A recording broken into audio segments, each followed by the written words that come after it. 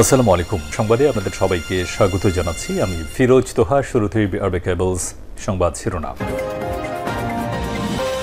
পুরোদমে Iran, Israel এবং নিরীহ ফিলিস্তিনি হুতি বিদ্রোহীদের মাঝে ভয়াবহ যুদ্ধ চলছে হামলা পাল্টা হামলা। এরই মাঝে আমাদের হাতে এসে পৌঁছেছে এই যুদ্ধের সর্বশেষ গুরুত্বপূর্ণ সবথেকে তাজা আপডেট সংবাদ আপনাদের জানিয়ে দিব। প্রথমেই জানাবো, গাজায় নিহতের সংখ্যা ৫৯,০০০ ছাড়ালো। ইসরায়েলের লাগাতার হামলায় গাজা উপত্যকায় মৃতের সংখ্যা ৫৯,০০০ ছাড়িয়েছে। আজ ফিলিস্তিনের স্বাস্থ্য মন্ত্রণালয় তথ্য নিশ্চিত করে। ২০২৩ সালের ৭ অক্টোবর যুদ্ধ শুরুর পর থেকে এই পর্যন্ত ইসরায়েলি আক্রমণে আহত হয়েছে ১,৪২,১৩৫ জন ফিলিস্তিনি। আজ আল জাজিরার এক প্রতিবেদনে বিষয়টি নিশ্চিত করা হয়েছে। এরপর জানাবো, ইয়েমেনের হোদাইদা বন্দরে ইহুদিবাদী ইসরায়েলের ব্যাপক হামলা।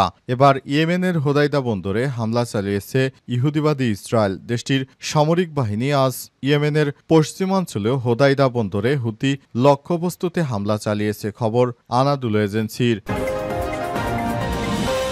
এদিকে হিজবুল্লাহর সঙ্গে ইসরায়েলের যুদ্ধবিরতি চুক্তি সফল হয়নি বললেন মার্কিন রাষ্ট্রদূত। ইসরায়েল ও লেবাননের সশস্ত্র গোষ্ঠী হিজবুল্লাহর মধ্যে যুদ্ধবিরতির চুক্তি কার্যকর হয়নি বলে মন্তব্য করেছেন যুক্তরাষ্ট্রের সিরিয়া বিষয়ক দূত টম ব্যারাক। আজ এই মন্তব্য করেছেন তিনি। বৈরুতে সাংবাদিকদের তিনি বলেন, মূল বিষয় হলো, আপনারা দেখেছেন একটি যুদ্ধবিরতি চুক্তি কার্যকর হয়েছে, কিন্তু সেটা বাস্তবে সফল হয়নি। এদিকে রাজধানীর উত্তরায় বিমান বিধ্বস্ত, মঙ্গলবার রাষ্ট্রীয় শোক ঘোষণা। রাজধানীর ডিয়াবাড়ি এলাকায় মাইলস্টোন স্কুল অ্যান্ড কলেজ ক্যাম্পাসে বাংলাদেশ বিমান বাহিনীর প্রশিক্ষণ বিমান বিধ্বস্ত হয়ে হতাহতের ঘটনায় একদিনের রাষ্ট্রীয় শোক ঘোষণা করা হয়েছে ২২শে জুলাই। এদিন দেশের সকল সরকারি, আধা সরকারি, স্বায়ত্তশাসিত প্রতিষ্ঠান, শিক্ষা প্রতিষ্ঠানে জাতীয় পতাকা অর্ধনমিত করা হবে। এবং সর্বশেষ জানাবো, উত্তরায় বিধ্বস্ত প্রশিক্ষণ বিমানটির পাইলট মারা গেছে বলছে আইএসপিআর।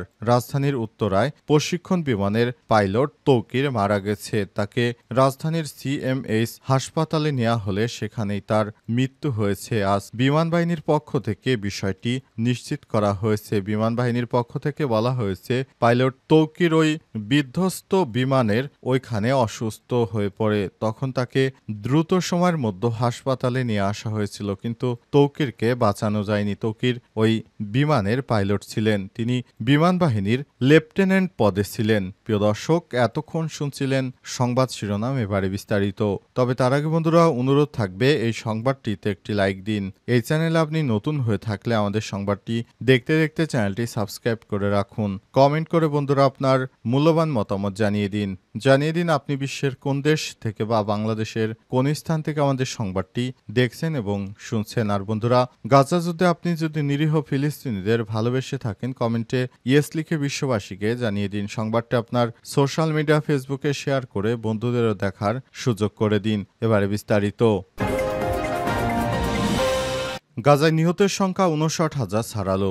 ইসরায়েলের লাগাতার হামলায় গাজা উপত্যকায় মৃতের সংখ্যা ৫৯,০০০ ছাড়িয়ে গেছে। আজ ফিলিস্তিনি স্বাস্থ্য মন্ত্রণালয় এই তথ্য নিশ্চিত করেছে। ২০২৩ সালের ৭ অক্টোবর যুদ্ধ শুরুর পর থেকে এই পর্যন্ত ইসরায়েলি আক্রমণে আহত হয়েছে ১,৪২,১৩৫ জন ফিলিস্তিনি। আজ মন্ত্রণালয়ের বরাতে আল জাজিরা বলছে, শুধু গত ২৪ ঘন্টায় গাজার বিভিন্ন হাসপাতালগুলোতে ১৩৪টি মরদেহ এবং ১,১৫৫ জন আহত ব্যক্তিকে নিয়ে আসা হয়েছে। মরদেহগুলোর মধ্যে ৪টি আগে থেকেই নিখোঁজ ছিল, যেগুলো উদ্ধার করা হয়েছে ধ্বংসস্তূপের নিচ থেকে। এছাড়াও সকাল থেকে এ পর্যন্ত ইসরায়েলি হামলায় অন্তত ৩৪ জন নিহত হয়েছে। এদের মধ্যে ২০ জনই নিহত হয়েছে গাজার উত্তর অঞ্চল ও গাজা শহরে। স্বাস্থ্য মন্ত্রণালয়ের তথ্য অনুযায়ী এখন পর্যন্ত জিএইচএফ পরিচালিত ত্রাণ বিতরণ কেন্দ্রগুলোতে ইসরায়েলি হামলায় ১,০২১ জন নিহত হয়েছে এবং ৬,৫১১ জনের বেশি মানুষ আহত হয়েছে।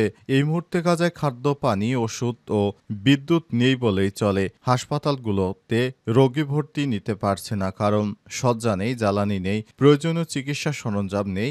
আন্তর্জাতিক রেড ক্রস এবং অন্যান্য সংগঠন একাধিকবার গাজাকে বসবাসের অযোগ্যতা সীমার নিচে চলে যাওয়া অঞ্চল হিসেবে বর্ণনা করেছে। শিশুদের মধ্যে অপুষ্টির হার আশঙ্কাজনকভাবে বেড়ে গেছে। ইহুদিবাদী ইসরায়েল এখনও নির্বিচারে গাজায় গণহত্যা চালিয়ে যাচ্ছে। ইয়েমেনের হোদাইদা বন্দরে ইসরায়েলের হামলা। ইয়েমেনের হোদাইদা বন্দরে হামলা চালিয়েছে ইসরায়েল। দেশটির সামরিক বাহিনী আজ ২১শে জুলাই ইয়েমেনের পশ্চিমাঞ্চলীয় হোদাইদা বন্দরে হুতির লক্ষ্যবস্তুতে হামলা চালিয়েছে খবর আনাদুল এজেন্সির। ইসরায়েলি প্রতিরক্ষা মন্ত্রী ইসরায়েল ক্যাটসকে উদ্ধৃত করে একটি জনপ্রিয় দৈনিক ইদিয়ত আহরনাত বলছে, ইসরায়েলি বাহিনী এখন ইয়েমেনের হোদাইদা বন্দরে হুতি গোষ্ঠীর সংগঠিত আঘাত হানছে। আইডিএফ জানিয়েছে যে ইয়েমেনের হোদাইদা বন্দরে তাদের বিমান হামলায় হুতিদের সামরিক অবকাঠামো ধ্বংস হয়েছে। সামরিক বাহিনী জানিয়েছে যে বন্দরে অবকাঠামো পুনরুদ্ধারের জন্য ব্যবহৃত ইঞ্জিনিয়ারিং সরঞ্জাম, জ্বালানি ট্যাঙ্ক এবং ইসরায়েল রাষ্ট্রের বিরুদ্ধে সামরিক কার্যকলাপ এবং আক্রমণের জন্য ব্যবহৃত জাহাজ এবং বন্দরের কাছাকাছি সামুদ্রিক অঞ্চলে জাহাজ লক্ষ্যবস্তুতে অন্তর্ভুক্ত ছিল। এদিকে ইসরায়েলি সেনাবাহিনী রেডিও জানিয়েছে ২০২৩ সালের ৭ অক্টোবর গাজায় যুদ্ধ শুরু হওয়ার পর এটি ইয়েমেনে ইসরায়েলের ১২তম হামলা। এর আগে হুতি নিয়ন্ত্রিত অঞ্চলগুলোতে ইহুদিবাদী ইসরায়েল হামলা চালায়। তবে হুতি বিদ্রোহীরাও ইয়েমেন থেকে এক এক করে হামলা চালিয়ে ইহুদিবাদী ইসরায়েলের বিমানবন্দর ধ্বংস করে দিয়েছে। হিজবুল্লাহর সঙ্গে ইসরায়েলের যুদ্ধবিরতি চুক্তি সফল হয়নি বললেন মার্কিন রাষ্ট্রদূত। এবার ইহুদিবাদী ইসরায়েলের পক্ষ নিয়ে মার্কিন রাষ্ট্রদূত জানিয়েছে যে হিজবুল্লাহর সাথে নাকি ইহুদিবাদী ইসরায়েলের যুদ্ধবিরতি চুক্তি সফল হয়নি। আজ এক প্রতিবেদনে এই তথ্য জানিয়েছে ইহুদিবাদী ইসরায়েল। ইসরায়েলের পক্ষ থেকে দাবি করা হয়েছে যে হুদাইদা বিমানবন্দরে তারা আজ হামলা চালিয়েছে। পাশাপাশি তারা ইয়েমেনের হুতি নিয়ন্ত্রিত বিভিন্ন স্থাপনার পাশাপাশি তারা হিজবুল্লাহরও বিভিন্ন স্থাপনায় হামলা অব্যাহত রাখবে, কারণ তারা বলছে তাদের সঙ্গে নাকি হিজবুল্লাহ যোদ্ধাদের সঙ্গে চুক্তি হয়নি আর এই চুক্তি কার্যকর হয়নি, কারণে তারা হামলা অব্যাহত রাখার ঘোষণা দিয়েছে। এই সিদ্ধান্ত নেওয়ার পরেই ব্যাপক হারে সমালোচনার মুখে পড়েছে ইহুদিবাদী ইসরায়েল। তারা পুরো পৃথিবী থেকে বন্ধু শূন্য হয়ে পড়ছে। ইহুদিবাদী ইসরায়েলের অবস্থা খুবই বিপজ্জনক হারে পতনের দিকে ধাবিত হচ্ছে। চুক্তি অনুযায়ী ইসরায়েলকে ২০২৫ সালের ২৬শে জানুয়ারির মধ্যে দক্ষিণ লেবানন থেকে পুরোপুরি সেনা প্রত্যাহার করতে বলা হয়েছিল, কিন্তু এখনও ইহুদিবাদী ইসরায়েল সেখান থেকে সেনাদের প্রত্যাহার করতে শুরু করেনি। তারা এখনও চায় যে হিজবুল্লাহদের নিষ্ক্রিয় করে দিতে, কিন্তু হিজবুল্লাহ যোদ্ধারা তারা সর্বাত্মক চেষ্টা চালিয়ে যাচ্ছে এবং ইহুদিবাদী ইসরায়েলের বিরুদ্ধে তারা ব্যাপক আকারে তারা নতুন করে এই ধরনের কার্যক্রম শুরু করেছে। বিধ্বস্ত প্রশিক্ষণ বিমানটির পাইলট মারা গেছে বলছে আইএসপিআর।